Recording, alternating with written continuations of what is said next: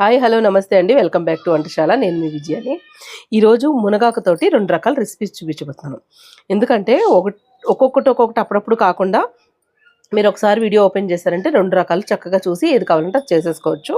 కొద్దిగా చూపిస్తున్నానండి. మునగాకు మరి ఎక్కువ లేదు, ప్రస్తుతం ఇప్పుడు దొరకలేదు. ఉత్తప్పుడు ఒక్కొక్కసారి నా దగ్గర చాలా ఉంటుంది, ఇప్పుడు కొంచెం ఉంటే చూపిస్తున్నాను అనమాట. అయితే మునగాకు తెలగపిండి ఎంతమందికి తెలుసు చెప్పండి? చాలా మందికి తెలుసు కదా, ఎంత కమ్మగా ఎంత బాగుంటుందో కదా మునగాకు. అసలు తెలగపిండి చాలా టేస్టీగా ఉంటుంది. అలాగే మొలపప్పు కూడా మామూలుగా ఇలాగ జ్యూసీలాగా కాకుండా పప్పు గట్టిగా ఉంటుంది, పప్పు కొంచెం ఆ పప్పు కూడా చాలా బాగుంటుంది, కమ్మగా ఉంటుంది తింటుంటేనే. ఆ 2 రకాలు మీకు నేను చూపిస్తాను. అందులో మునగాకు స్పెషల్ ఏంటంటే చాలా రోగాలకి 100 రోగాలకి చెక్ పెడుతుందంట. అంటే అంత మంచిది మునగాకైతేని.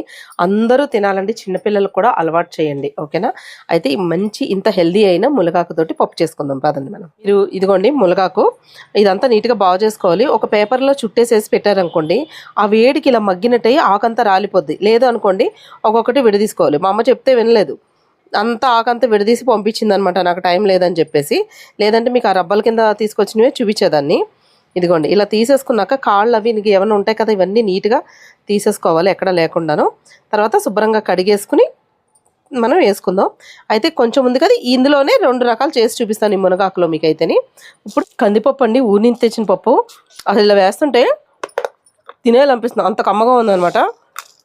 ఒక గ్లాస్ పప్పు వేసాను, ఇది శుభ్రంగా కడిగేసి ఇందులో వాటర్ పోసుకుని ఉడికించుకుందాం. మామూలు కొన్న పప్పు అనుకోండి, కొద్దిగా లైట్గా వేయించుకుంటే ఇంకా కమ్మగా ఉంటుంది. ఇది అసలు మామూలుగా తింటుంటేనే బోల్డ్ అంత కమ్మగా ఉంది, ఇంకా మనం వేయించక్కర్లేదు అనమాట. ఇదిగోండి పప్పులో 1 గ్లాస్ వాటర్ పోసాను, అంటే 1 గ్లాసున్నర అలా పోసాను వాటర్. ఇది ఉడుకుతూ ఉంటుంది, మూత పెట్టేస్తున్నాను. పక్కన మనం ఇంకో కర్రీ రెడీ చేసుకుందాం. ఇదిగోండి మూకుడు పెట్టుకుని ఇందులో కొంచెం ఆయిల్ వేస్తున్నాను. ఇదిగోండి ఆయిల్ పల్లి నూనె వేసాను. అసలు ఏంటంటే నువ్వుల నూనె వేసుకుని వండుకుంటారు. బాలింత్రాలకైతే ఇంకా అసలు నువ్వుల నూనె వేసి తెలగపిండి వేసి మునగాకు వండండి, చాలా బాగుంటుంది. మామూలుగా మనం కూడా ఇప్పుడు కూడా నువ్వుల నూనె వేసుకుని వండుకోవచ్చు, మంచిదే. కానీ నేనైతే ఇప్పుడు నువ్వుల నూనె అయితే ప్రస్తుతం లేదని చెప్పేసి పల్లి నూనె వేసాను. ఈ నూనె కాగిన తర్వాత కొంచెం ఒక 1/2 టీ స్పూన్, లేదా పప్పులు ఎక్కువ ఉన్న పర్లేదంటే 1 స్పూను మినప్పప్పు వేసుకోండి. ఆ పొట్టుపప్పు ఉంటే ఇంకా మంచిది. ఒక 1/2 టీ స్పూన్ ఆవాలు, ఒక 1/2 టీ స్పూన్ జీలకర్ర. ఇవి కొంచెం వేగనిద్దాం. ఫస్ట్ ఆవాలు మినపప్పు ఇవి వేగిపోవాలి. ఇక మినపప్పు అవి వేగిపోయిన తర్వాత ఎల్లుల్లిపాయలు వేసుకుంది. అయితే ఈ ఎల్లుల్లిపాయలు ఏంటంటే ఒక్కొక్కటి ఇంతంత పాయ ఉంది, అందుకే పాయలు ఏంటి మధ్యలోకి ఇలాగ కట్ చేస్తాను అనమాట. చిన్నపాయలు అయితేనే బాగుంటాయి, చిన్నపాయలు లేవు, బాగా పెద్ద పాయలు అనమాట ఎల్లుల్లిపాయలు. అవి మధ్యలో కట్ చేసి వేసాను, చూడండి. అలాగే ఒక 4 ఎండుమిరపకాయలు, 4 పచ్చిమిరపకాయలు, కొంచెం కరివేపాకు వేసి ఇవన్నీ కలిపి వేయించేసుకోవాలి. ఫస్ట్ ఎల్లుల్లిపాయ పచ్చిమిరపకాయలు ఇవన్నీ బాగా వేగాలండి. ఎందుకంటే ఎల్లుల్లిపాయ సరిగ్గా వేగకపోయినా బాగోదు. ఎల్లుల్లిపాయ వేగితేనే తర్వాత కొంచెం ఇంకా మెత్తబడి, వేగిన తర్వాత మెత్తబడ్డది అనుకోండి అప్పుడు టేస్ట్ బాగుంటుంది. కొన్ని పప్పు అయితే ఉడుకుతుంది, కొంచెం మధ్యలో కొద్దిగా పొంగు వస్తుందని వడిలుగా పెట్టాను. ఇదిగోండి ఎల్లుల్లిపాయలు ఆల్మోస్ట్ ఎండుమిరపకాయలు కూడా వేగిపోయినాయి.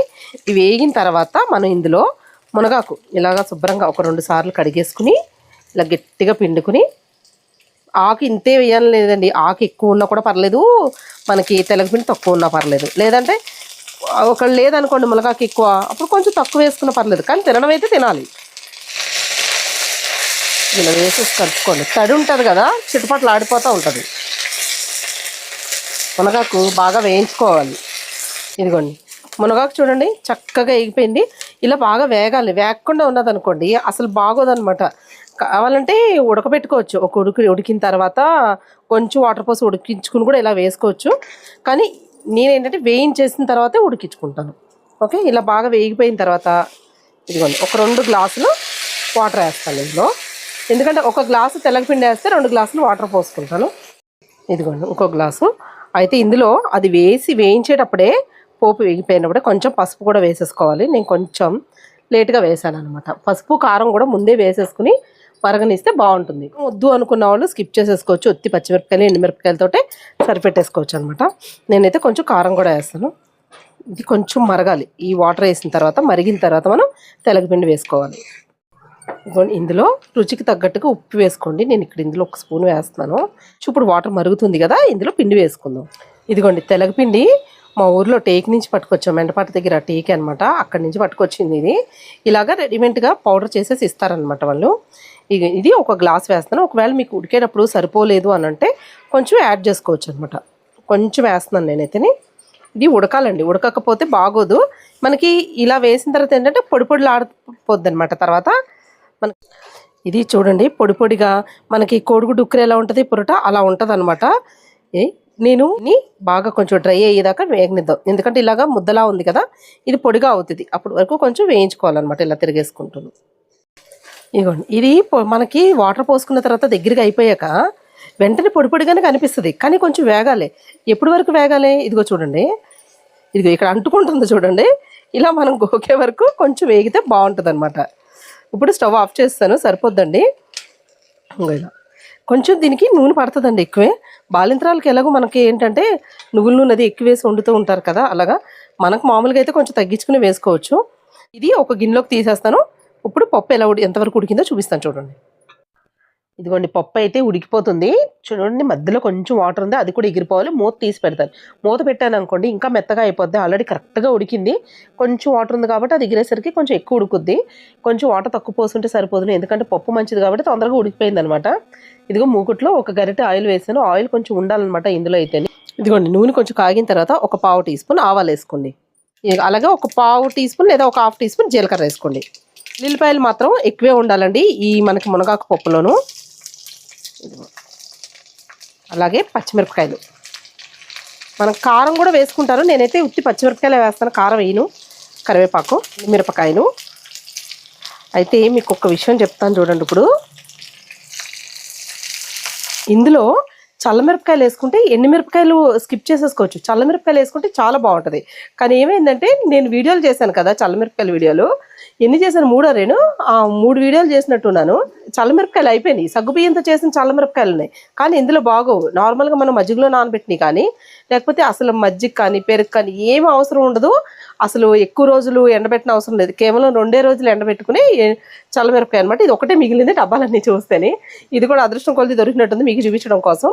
ఇందులో మనం మజ్జిగలో నానబెట్టుకుని వేసుకున్న ఊరిమిరపకాయలు ఉంటాయి కదా, చల్లమిరపకాయలు, అవి వేసుకుంటే అసలు ఎంత బాగుంటుంది అంటే మొలపప్పులో చాలా బాగుంటుంది. ఒకవేళ తెలిసిన వాళ్ళైతే ఓకే, ఎలా ఉంటుందో మీకు ఆల్రెడీ అనుభవం ఉంటుంది కాబట్టి నా కామెంట్స్లో తెలియచేయండి. అలాగే తెలియని వాళ్ళు ఎవరైనా సరే ఒకసారి, ఎలాగో మన ఆషాఢ మాసంలో ఇప్పుడు మొలపప్పు వండుకుంటారు కదా, మీరు ఒకసారి ఈ పోపుకి చల్లమిరపకాయలు ట్రై చేయండి, చాలా బాగుంటుంది. ఒక్క చల్లమిరపకాయ ఉంది మీకు వేసి చూపిస్తాను. చల్లమిరపకాయలు ఇలాగ మనం ఆవాలు జీలకర్ర వేసుకుంటాం కదా, అవి వేసుకున్న వెంటనే వేసేసుకుని అవి వేగుతున్నప్పుడు మనం ఎల్లుల్లిపాయలు పచ్చిమిరపకాయలు వేసుకోవాలి. కానీ మీకు ఒకటే ఉంది కదా అని చూపించి వేద్దామని చెప్పి వేయలేదనమాట.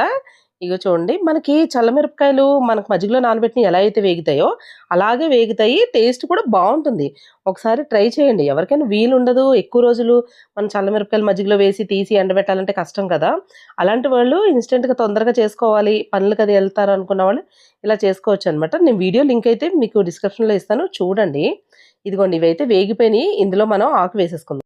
మునగాకు మాత్రం ఒక 2 సార్లు శుభ్రంగా కడిగేసుకోండి. కడిగేసుకుని అప్పుడు ఇలా వేసేసుకోండి, చిట్టపట్లు ఆడిపోద్ది. ఇప్పుడు మునగాకు చేతి నుంచి ఎంత విడదీసినా విడత చూడండి మన చేతికి అంటుకుంటా ఉంటుంది.